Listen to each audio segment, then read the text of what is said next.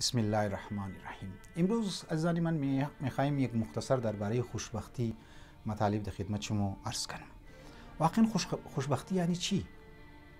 دو اهم نکته اگر ما طرفش توجه کنی متوجه میشه که خوشبختی یعنی اینی. انسان اول نکته ای که انسان بفهمه که من خوشبخت هستم، او یکی متوجه باشه، انسان آگاه باشه، علم داشته باشه که هر چی ما دارم از پروردگار عالم است. نعمت هایی که دزمه داده او از پروردگار عالم است و پروردگار عالم بر گردن از ما حق داره. و حق از این است که هر چی ما دارم برای اولادهای که خرج منم، برای فامیلای که خرج منم، برای فامیل خرج منم، ما باید برای غربا هم که است خرج کنم. لذا این نکته را باید توجه داشته باشه که هر چی ما دارم از خداوند متعال است.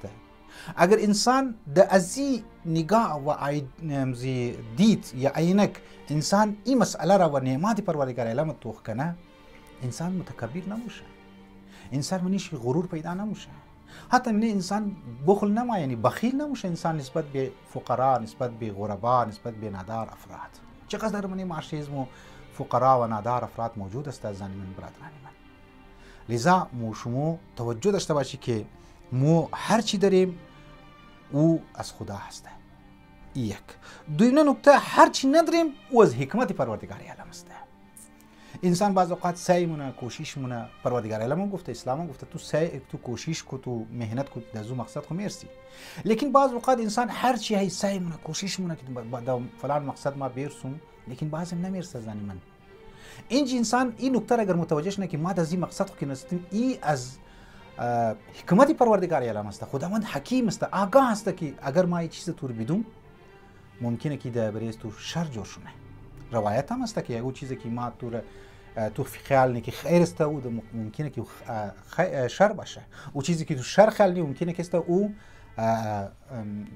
خیر باشه. این آیه قرآن است زنی من. لذا انسان اگر دزی منیش این احساس پیدا شونه که ما هر چی دارم از خدا هست، هر چی ندارم از حکمت پروردگار عالم است، منی انسان یک احساس لذت پیدا میشه، انسان لذت را احساس مونه، انسان آرامش را انسان احساس مونه، انسان دیگه از مردم گیله نمونه، انسان از خدا گیله نمونه، قناعت منیشی پیدا میشه. از خود یک بلوک اثرات دیگه داره که اینا بعض اوقات انسان از گپ د گپ پیدا میشه، لیکن خب به هر حال عمیقش در نظر از ما کافی است. باز یک نکته دیگه ایم که بگم که خوشبختی یعنی چی. خوشبختی یعنی که خالی این نیست که انسان دمزو خواسته های خود برسه، این نیست زنی من، بلکه لذت بردن امزو چیزهایی که تو داره. مادر تو گیر تو هست لذت ببر، اقینا از محبت چی، از اولادهای خو که داره محبت ببر، از بیرارهای خو که تو گیر تو کنار تو هست از او لذت ببر، از خوار خو، از فامیلی خو، از رشته دارای خو، از خوب دوستهای خو، اینها از اینا که تو داره از اینا لذت ببر. واقعا خوشبختی همیشه اینیه که تو دیگو بس بگی ما د فلان 10 میلیون دلار که است گیر ما ما او تیم خوشبخت میشم. نه زنی من، بعضی آدم زی خام خیالی قمار بازی مونن، بعضی آدم زی خام خیالی بونز میگیرن، بعضی آدم زی خام خیالی که است در انتظار است که او کلان پیسه باید ما خوشبخت شونم.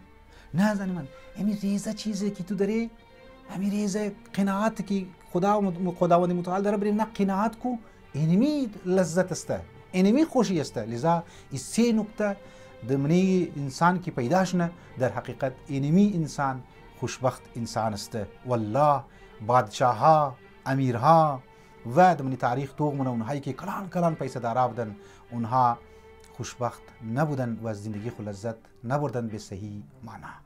پروردگار عالم و شما را توفیق بده که زیر پرچم توحید و زیر پرچم ابا عبدالله علیه السلام و دیگه معصومین علیه السلام، خصوصا زیر پرچم امام زمان علیه السلام و شما زندگی کنی که تمام پرچم در طول پرچم توحید است. والسلام علیکم و رحمت الله و برکاته.